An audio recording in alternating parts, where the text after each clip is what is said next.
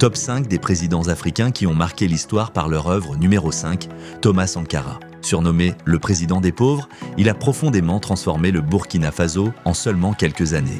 Il a lancé des campagnes massives de vaccination, construit des écoles et des hôpitaux et encouragé la production locale pour atteindre l'autosuffisance alimentaire.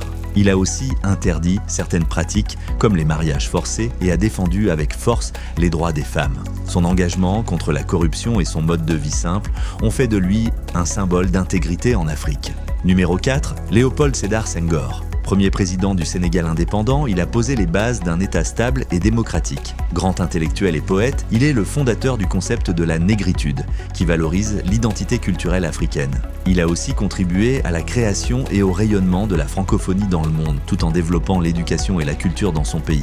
Numéro 3, Julius Nyerere. Connu comme le père de la nation, il a unifié son pays en promouvant une langue commune, le Swahili. Avec sa politique de l'Ujamaa, il a tenté de bâtir une société fondée sur l'égalité, la solidarité et le développement rural. Il a fortement investi dans l'éducation, permettant à des millions de Tanzaniens d'accéder à l'école.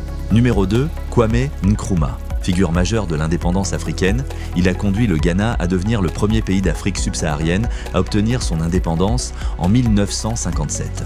Il a lancé de grands projets d'infrastructures comme le barrage d'Akosombo et a promu l'unité africaine à travers le panafricanisme. Son influence a inspiré de nombreux mouvements de libération sur le continent. Numéro 1, Nelson Mandela. Après 27 ans de prison, il devient le symbole mondial de la lutte contre l'apartheid. Une fois président, il a œuvré pour la réconciliation nationale en évitant la guerre civile. Il a mis en place la commission Vérité et Réconciliation pour guérir les blessures du passé et construire une nation unie. Son héritage reste un modèle de paix, de pardon et de leadership. Outre, ces hommes ont marqué l'histoire de l'Afrique. Mais selon toi, qui mérite la première place? Dis-le en commentaire.